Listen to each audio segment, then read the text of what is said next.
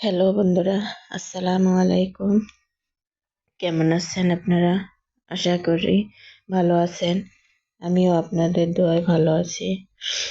আজকে আমি আমার বারান্দার করল্লা গাছ থেকে করল্লা উঠিয়েছি, তাই আপনাদের কাছে শেয়ার করছি।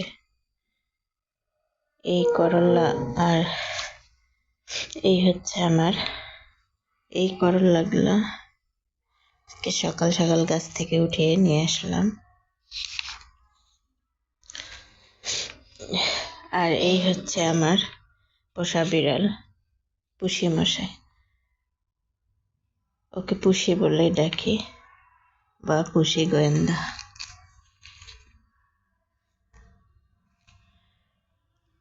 ও খুব মনে হয় যে ও সব কথা বোঝে, সব কথা মানে চলে।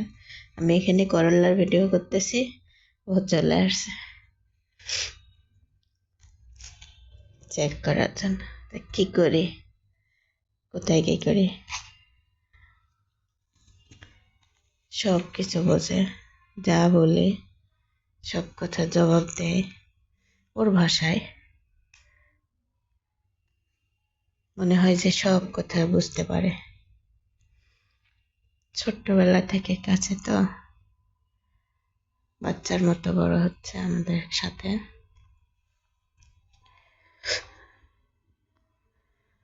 খুব মায়া লাগে।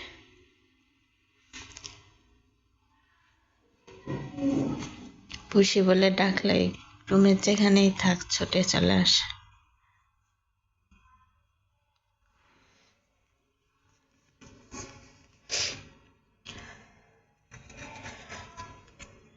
যাই হোক, এইবার চলেন আমার একটি বারান্দার গাছগুলো দেখায়। আমি ছিলাম ডাইনিং রুমে, ডাইনিং রুম থেকে রান্নাঘরেও আমার গাছ লেগেছে। গাছ আমার খুব পছন্দ, তো ওই জন্য যেখানে পারছি সেখানে গাছ লাগাইছি।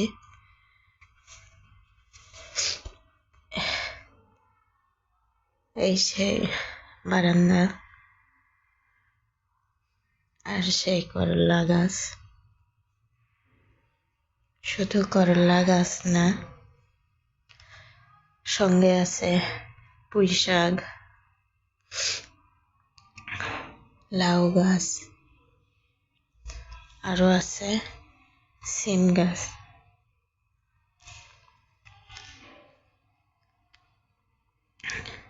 এগুলো বারান্দা, পুরা বারান্দার গ্রিল বেয়ে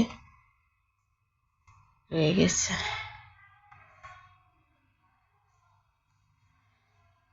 এদিকে নিচে আবার আছে অ্যালোভেরা, সাথে রসুন প্লাস বেগুন গাছ, মানি প্লান্ট। মানি প্লান্ট দিয়েছি গ্রিলের সঙ্গে। আরো নাম না জানা গাছ আছে।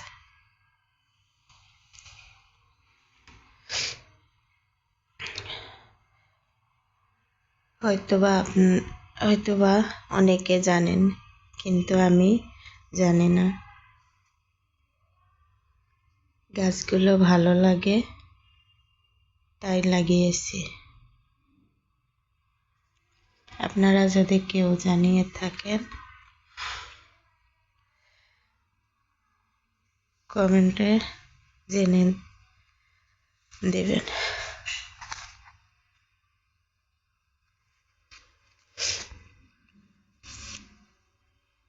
যা পাইছি তাতেই গাছ লাগিয়েছি। তেলের বোতল, বল,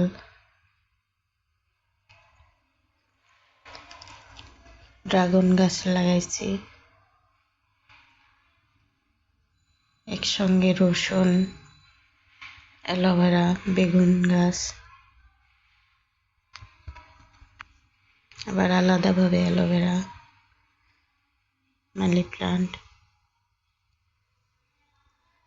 এখানে করলা, পুঁই শাক, সব মিলায়ে এক কথায় শেষ, আমার সবুজ জিনিস দেখতে খুব ভালো লাগে।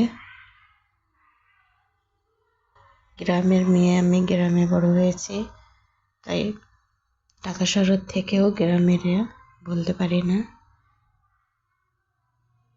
তো নিজের বাসাতে সবুজ বারান্দায় সব ধরনের গাছ রাখার চেষ্টা করেছি।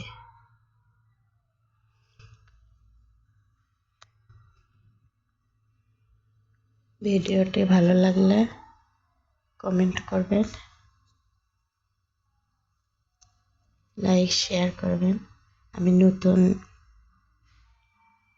পেজ খুলেছি, জানি না কতদূর আগে যেতে পারবো। আপনারা সাথে থাকলে, আপনাদের সহযোগিতায় হয়তো আগে যেতে পারবো। আমার সবাই ভালো থাকবেন, দোয়া করবেন, আমার সাথে থাকবেন। আল্লাহ হাফেজ।